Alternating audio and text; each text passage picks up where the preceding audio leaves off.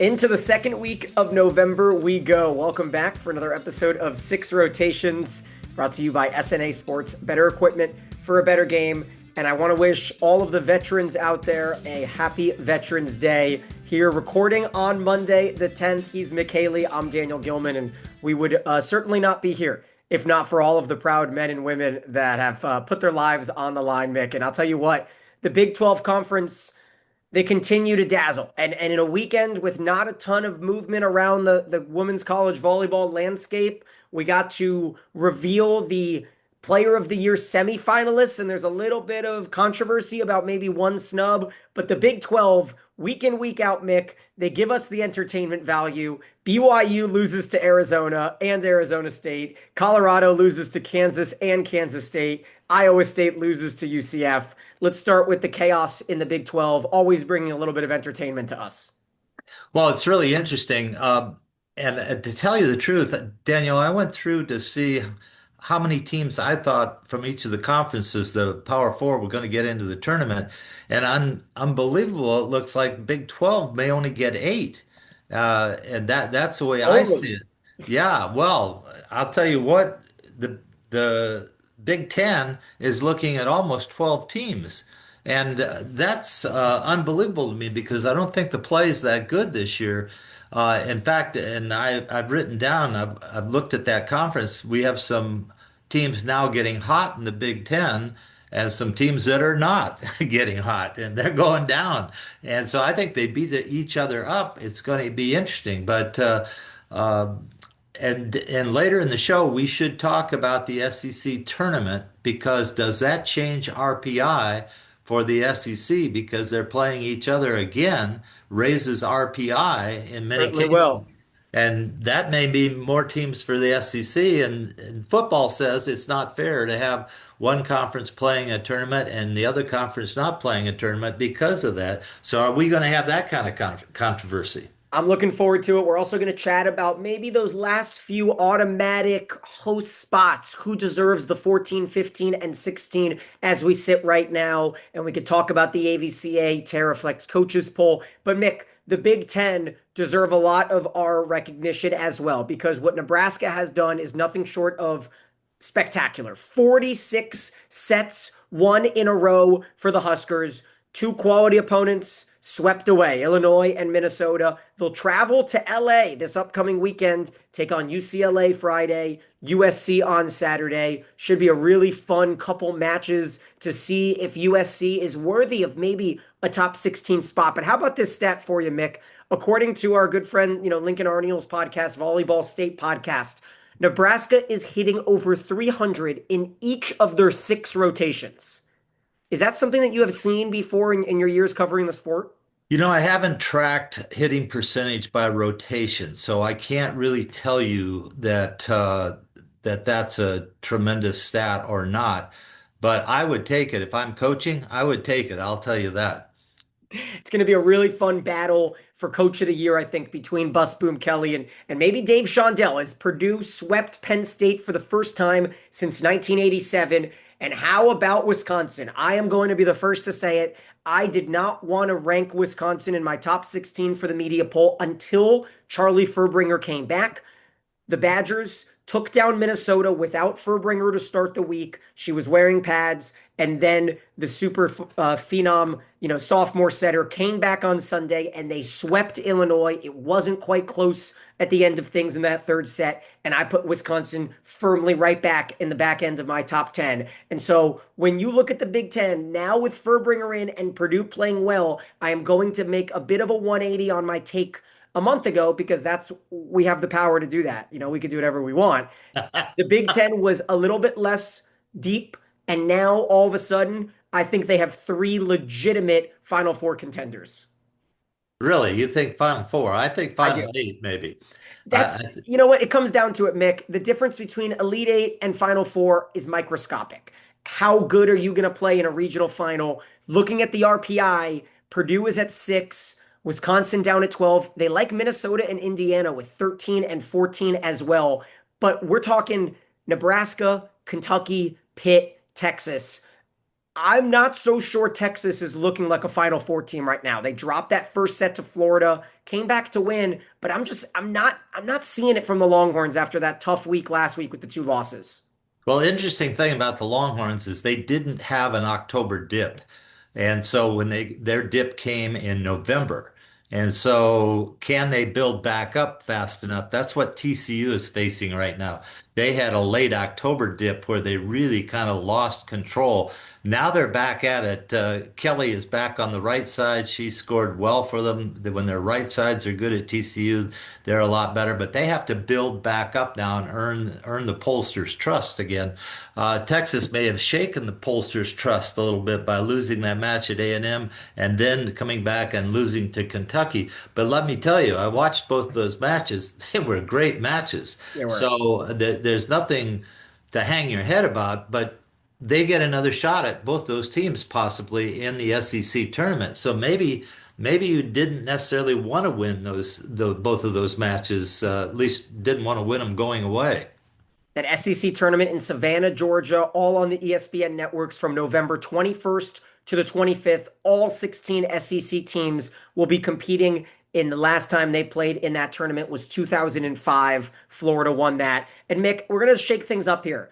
I want to show just the entire top 25 because the top 10 did not budge. In fact, the top 19 of the AVCA Taraflex coaches poll did not move. None of the teams moved. There was an onslaught from the 16 spot, or say maybe the 18 to 25. You had Indiana lose to Wisconsin. Tennessee took the first set Sunday on ESPN against Kentucky. The Wildcats have now won 17 in a row as they stormed away with that. So you got Indiana lose, Tennessee lose, Minnesota loses to Wisconsin, Colorado loses twice to the Kansas teams, BYU loses twice to the Arizona teams, Penn State swept by Purdue, Iowa State loses to UCF.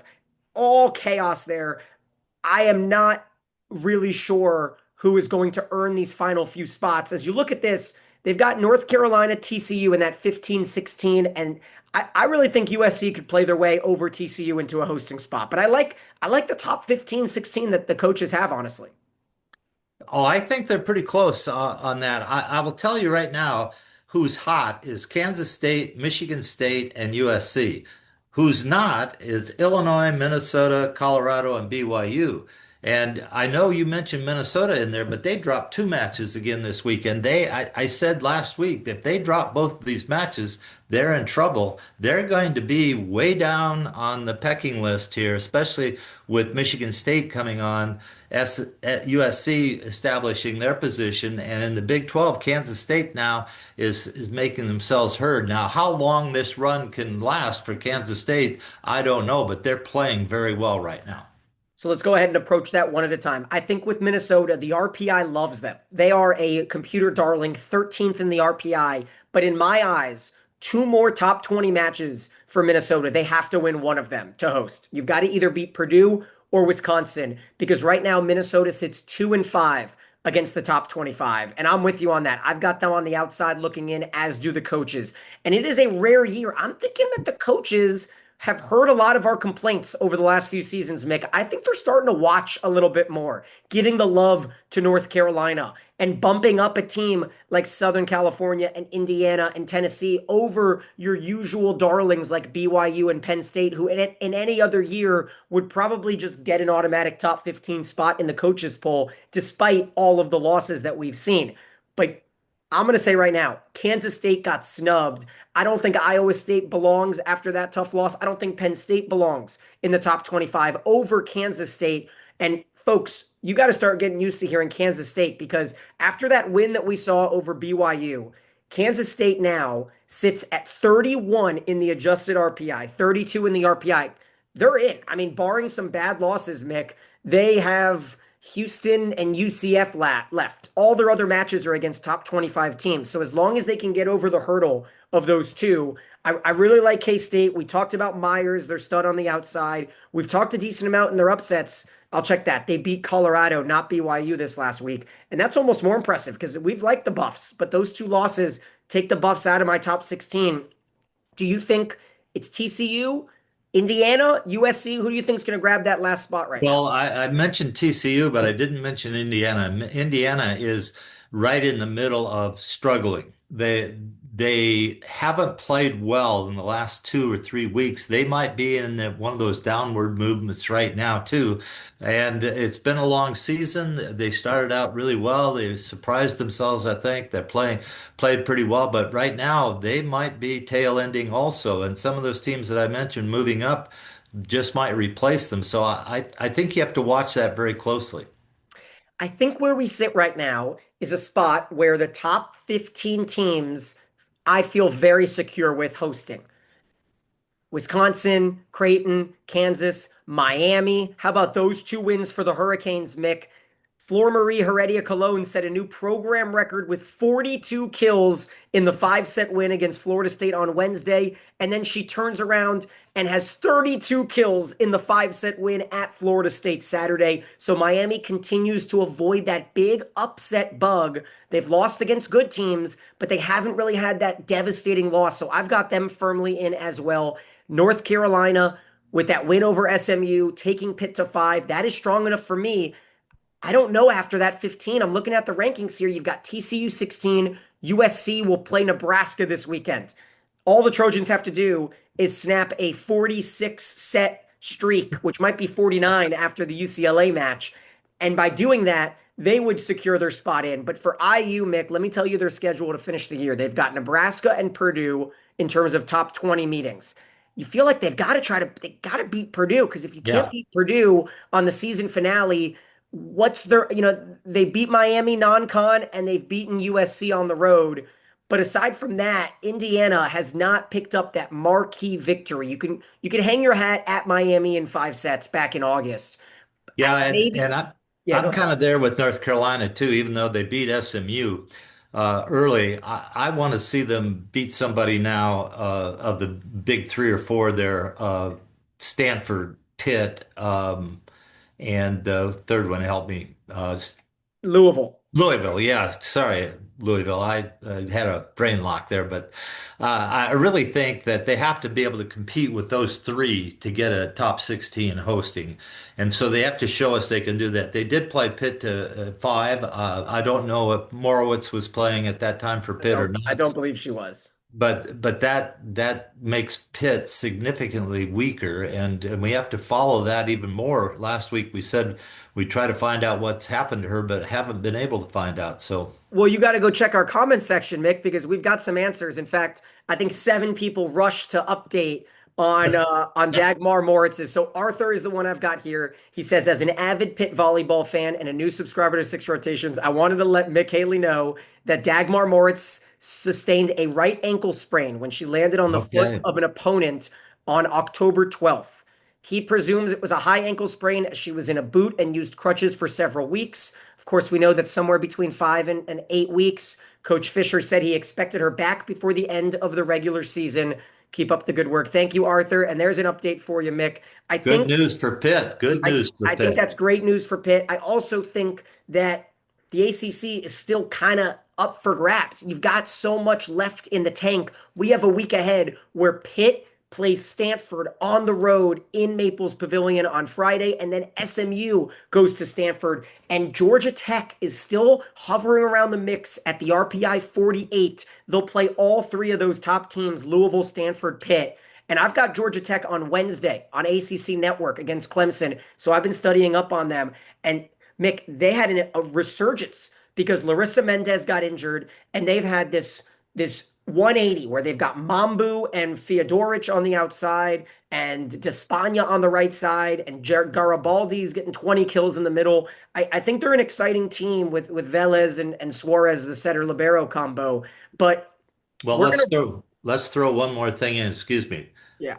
On who's hot? Clemson's hot, But and they they won 3 in a played really, row. yeah, yeah. So Boston College beats Georgia Tech, Yes. goes into Clemson, pretty cocky, pretty feeling pretty good about themselves. Clemson blows them out 3-0. They got 2 big wins this week, and now you're gonna have that match on Wednesday, and you're talking Georgia Tech, but Clemson's not having any of it. They're ready to play. And Clemson lost their star player in October, Kennedy Wagner. So they've had this kind of unsung, JUCO player step up in Kaya Gordon, and she's been lighting the world on fire. The Tigers were 0 and 10 or 0 and 9. Now they're 4 and 10 and out of the basement. But when you look at the top of the ACC standings, Stanford and Pitt tied with one loss. They're about to play. Then everything gets shaken up. And I want to talk about TCU then before we move on from the bubble talk, because Mick, we've got a couple more weeks. This is the best time of the year for us because we get to talk bubble, we get to talk bracketology. It's going to be a lot of fun. TCU, in my eyes, has to win a few of these three matches. I would say they have to win two of these three to host to me because they'll play at Iowa State versus Baylor at Colorado. You have to win at least two of those in order to earn your way back because their only two wins right now in the top 20 are in 5 against SMU and in 4 against Kansas. But those were a long time ago, September and early October. And as you mentioned, the downslide has continued for TCU, of course, getting swept by Texas. And then, the bad loss that they suffered to Arizona is now, it's not looking so bad anymore, Mick, because the Arizona Wildcats are also kind of firmly into the bubble in the 33 RPI, and they just picked up another big win with the domination over BYU. And now it's got me thinking, is BYU a team that deserves to be in the top 20 of the RPI? It doesn't feel like it. Well, it doesn't feel like it. And, they've had such a history of being good and competitive and always challenging. And it seems like the bottom has been falling out here. I suspected that TCU was playing around with maybe going to a 5-1 because they moved Becca Kelly, Bree Kelly's sister, into the middle from the right side. And they have both right sides, Kelly and big youngster who transferred from Ohio State out there on the right side. The only reason to move Becca Kelly into the middle either was to get better middle blocking or to go to a 5-1 so the setter could be opposite the opposite, so to speak. And that way they could run it. I think they're back to their regular lineup now. Hendricks is really good on the left side. She scored well again. So I don't know. TCU might be on the upswing if you watch them closely. But you're right. These three matches they're going to play, they got to win two of them, I think, to really solidify a position that allows them to host. Now, it doesn't mean they can't go someplace and still be getting better and beat up on everybody. But they were a team that was scary early. So we have to watch that. Is Colorado on a downslope? Yeah, A little maybe. bit, 3 out of 4 losses. And Yeah. Nick, I'm going to firmly say right now, in every sport, head to head should matter, but an August match just doesn't carry that much weight for me. Seeing that BYU swept USC in August doesn't really mean that much when you talk about December. If USC is hot and BYU is cold, BYU has those two terrible losses to West Virginia and UCF, and they're just not impressing me from the eye test perspective. Suli Davis is a phenom. It's going to be fun to watch her play in the tournament.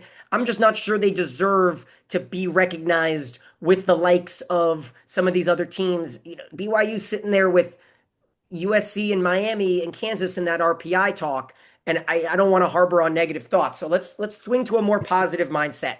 I want to start dropping some seeds for the fans at home who are gonna have that cooler, what a water cooler talk. Who are some non-power 4 teams that could make runs in December? I'm going to go ahead and throw you a few. We've talked a lot about Western Kentucky. We know that they are a dominant team over the last half decade. Those are the easy ones. Well, the UTEP. first one's Creighton. First Well, one's Creighton. Creighton, yeah, we know Creighton. Creighton's going to host that. I don't really even count them. I'm talking Cinderella seats, But teams that Western are going to go Kentucky, up. you got to also talk about UTEP because That's exactly what I was going to say. those UTEP is two in are the tied. They're tied for first place in that they, conference, they are and tied. probably only one of them are coming out. I think they're both going to make the tournament. I mean, right now, UTEP is the number 19 RPI and Western Kentucky is 49. And of course, it depends on if they can play again in the Conference USA final. But UTEP is a team that is firmly in. And so if you are on the bubble, if you're a fan of Michigan State, UCLA, even, Georgia Tech, North Carolina, stuff like that, if you're kind of around there, you want UTEP to win the Conference USA. Here's some more teams. You want Northern Iowa to win the Missouri Valley because they're sitting at the 28th RPI. Rice and Utah State are both in the top 30. Xavier, how about Xavier? It's all been Marquette as the number 2 team of the Big East, but it's Xavier who is now second place at 24-2 overall, Mick. Xavier is going to be in the tournament, and we haven't talked about them all year Well, and I haven't seen Xavier play, because they haven't but beaten anyone. Their best yeah, win is Villanova. So it's just yeah, a situation where they haven't lost to anyone either. Their only bad loss, aside from a sweep at Creighton, is Cincinnati on the road. So that's another team that we got to kind of keep an eye on. And then James Madison. You love that's the the Sun one that Belt. Talk to that's me the about one I James was going Madison. to talk Yeah. about. Yeah, they're playing amazingly well, and they have great talent, and they're going to dominate the Sun Belt Conference. Sun Belt is good this year. Let me tell you, they have some really good individual athletes. They have a couple of really good teams, but James Madison has played the schedule, held their own, and I think they've only had one loss in the conference in the Sun Belt, totally. So they're dominating right now, but they do have a tournament coming up. And that Yeah. tournament will allow some other people to get some RPI points to come And up. and the fans to watch because that's always Yeah. a fun tournament, the Sun Belt. And Go if ahead. they were to get upset in this tournament, they'd still get in to the NC2A tournament. But that means one other Sun Belt team would get in, and that's going to take a spot away from one of these big conferences. Exactly. That's a bubble burster. Yep. If that does happen, and same thing in the Mountain West or the American. If something happens in the Missouri Valley, then you start to see the chaos. How about Northern Kentucky? I want to give them a shout out. They just won their first ever Horizon League regular season title. 15-1, 11 wins in a row for the Norsemen, I think they are. But Mick, I do want to take some time now and talk about an important announcement that was made mid last week, which our AVCA Player of the Year is down to just 14. The watch list is out. The semifinalists are here, and let's take a look at Group One. And so they're split up into two groups. Group One's got a pair of those Kentucky players in Brooklyn DeLay and Eva Hudson, Naomi Glover, who we really enjoy watching, Elia Rubin. Olivia Babcock feels like the favorite. If you were to go in Vegas and you had to make a bet on the AVCA Player of the Year, it feels like Babcock is going to repeat. But a little bit of love given to Kenna Woolard, who was added to the midseason watch list for Purdue. And then over to Group Two, how about Flor Marie Heredia Cologne? She gets a little bit of love from Miami, and Nebraska gets three players added to that semifinal list with Andy Jackson, Harper Murray, Bergen Riley, and then Mimi Collier, Logan Lednicki, and Stafford round out the list there. Are there any names involved in that I just said? Anything kind of glaring that you're feeling? Why isn't blank added to that list? No, in fact, I think that's quite a few. In the past, we've had maybe three, maybe four candidates that are really there. Right now, though, I think it's between Bledsoe and Andy Jackson, if you want to know the truth. And I Who is think Bledsoe? I'm sorry. So Babcock. I always Babcock. call Babcock Bledsoe. I don't know I why. agree with you. She I do needs to be agree. a Bledsoe. Babcock, I just she has been phenomenal for Pitt. Ever since Moritz went down, she has picked up her game. Not been up and down. She has carried it through. But Jackson continues. I mean, she only gets 15 sets a match at the Yeah. most. She's usually one error at the most and two-thirds kills. It's going to be hard for the committee to figure out how this works. So watch the tournament very carefully because either team that gets upset is going to lose the chance for that award. And I think Bergen Riley has an outside shot as well. There hasn't been a setter since Madison Lilly back in the mid 2010s for Kentucky and, maybe late 2010s. But I just think that she's leading the best offense and it's an easy choice as opposed to picking between Jackson and Harper Murray's numbers aren't good enough. I also am not sure why Kenna Woolard and Elia Rubin's numbers aren't great. I want to know where Ifena Kaz Akpala is, Mick. And here is the big one. All right, I'm gonna have to pull it up. Texas A&M came out from the top row with their Twitter account. All right, you ready for this? They tweeted out right after the announcement, and this is, I mean, I love when these admins for social media get involved. They came out, and this was the post. Let's see, I gotta dig back a little bit before their last match. They posted Ifena who I think does deserve to be a semifinalist. There needs to be another middle out there aside from Jackson, and Kazakh Paula has been dominating. This was the post, Mick. It said, "Oh my goodness, terrible. This is terrible TV right here." Um, it says Ifena Kazakh Paula this year. 3.3 points per set, 1.7 blocks per set, 2 kills per set. Number one in the SEC in blocks per set, number four in the nation, number one among Power Four conferences. And then number four in hitting percentage among Power Four conferences, and number one in SEC in aces per set. And it was a photo of her kind of shrugging. So it was like a little bit of a dig to the committee for kind of snubbing her. And I agree. I think Kazakh Paula, especially with what she did last week in that match against Texas, she deserved a little bit of love. Well, this award is for the whole season. Yeah. And you have, she might have gotten penalized simply because their offense doesn't run through her. Now, you gave high percentage points, but you didn't give numbers of sets per match or numbers of sets per Yeah. set, those kinds of It things, and was two how kills per often. set, something like Yeah. that. Yeah, that's what it Yeah, said. and how often that was Jackson's fault problem for a while because they Nebraska didn't set the middles very much under Cook. And Right. so it was hard to recognize these kids because they were getting 3, 4 sets per set, and so it's hard to know if they're performing.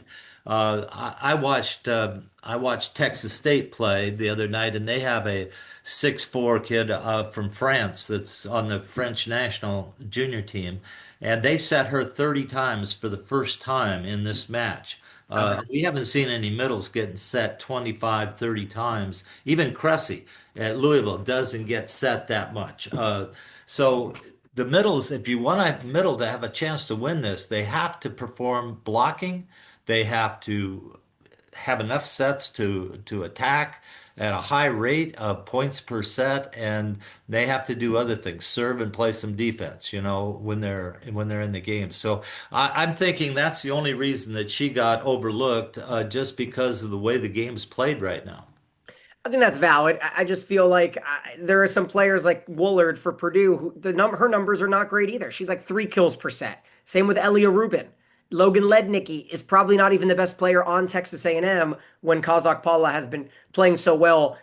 Meanwhile, I do want to talk a bit about the upcoming schedule. There's nothing really incredible outside of the ones that we talked about, but you've got Texas A&M, Florida on Wednesday, Texas against Auburn, and then I've got that Clemson Georgia Tech match on ACC Network. So hopefully YouTube TV can end this dumb dispute with ESPN so people can watch my ESPN debut. But then Thursday, Florida State Louisville on ESPNU. How about the Big 12? Ready for these matches, Mick? We've got TCU Colorado, Arizona State, and then Saturday, Arizona State Colorado, and TCU Iowa State. That's going to be really fun. We have a huge one in the Big Ten with Penn State, Minnesota, maybe a bit of an elimination game for the hunt of trying to be a top 20, top 16 spot. And then, of course, Nebraska, UCLA on Big Ten Network on Friday, Pittsburgh, Stanford, Miami, Notre Dame, and then Miami, Louisville should be really good on Sunday at 1 o'clock on ACC Network ahead of the big SMU Stanford ESPN2 match after Nebraska USC. So you got a great triple header on Sunday, all lined up. Should be a lot of fun volleyball. Probably going to knock the NFL off of TV Who because of cares those about the, matches. yeah, forgot about the NFL.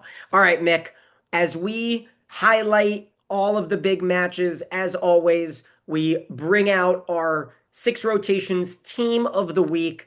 And I'm really happy with my team this week. The only position I struggled to find was an opposite, and I went with a very tried and true friend of the program. But there were a lot of honorable mentions. The outside hitting position had a huge week this week. The middles had a huge week this week. I'm excited to hear about your team. Well, let's start with Malaya Jones as the opposite. Okay, I like that. SMU. Yeah, yeah, she had 17 kills, 23 swings, and 0 errors. How Zero about errors against that? Virginia Tech. Yep.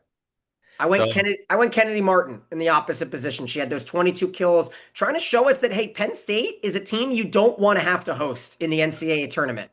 only Bad. reason I didn't go with Martin is high error in that production. Yeah, she hit 333, which I thought was good enough. Also, Maggie Mendelson was on my honorable mention because she had 16 kills in a career high effort. So Penn Yeah. State still hanging around, still part of the conversation. So we started opposite. How about we go to the outside hitter where I gave love to one of your favorites in Mimi Collier, who was so happy to have her good friend Charlie Furbringer back. Picked up 14 kills with one error against Indiana, had 21 kills hitting 330 against Minnesota. Mimi adds on to my outside hitter.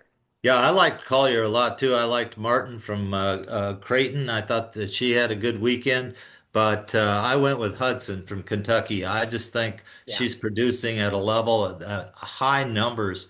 Four sets, she still gets over 5 kills per set. She does it with low error now. Um, I just couldn't steer away from Eva And Hudson. who's your number two? Number two was interesting. I really looked at Elliot Rubin, and I'll tell you why I looked at Rubin because she has cut down her errors. She had 23 swings, 14 kills, and no errors in the match. And Against that's the Duke. critical thing for Stanford is for Rubin to score at this high level, but reduce her errors and be able to score late. But I didn't go with her. I went with Tori Stafford from Texas. She had 52 swings, 21 kills, and three errors, and probably saved the Longhorns this weekend in the match down there at Florida. In Gainesville, yep. And also, Elia Rubin became Stanford's all-time ace leader. I had that in my honorable mentions. But Mick, come on, you know I'm a Miami boy. I got to go right back to the well. 42 kills? Are you kidding me? Flor Marie Heredia Cologne. She may lead our outside hitter award here, at least mine. She hit 284 in that win Wednesday, and then turns back, has 32 kills in Tallahassee, stuns the Seminole fans. She's got three 40-point matches this season. That is more than Olivia Babcock does. Really impressive showing from Heredia Cologne. And I've got more Miami coming. But what were you going to say? Well, I like Cologne. I like Cologne a lot, but the number of sets she's getting. I mean, she's getting between 50 and 75 sets a night. So what? And well, what's causing is it's causing her error rate to go up because they're overusing her. And when that Yeah. error rate goes up, they count on one person too much, and she can't always, carry the load like that. So I'd like to see her get little fewer sets, less errors, and keep that scoring rate high. And I'm with her. I don't disqualify her at all for this, but I think it's the way their team's built right now. And so I like her. I want her to reduce her errors, and for her to do that, I think they could help her by reducing her sets or give her more quality sets and not as many. Well, I'm looking forward to seeing the Canes in the tournament, see what they can do in the big moments.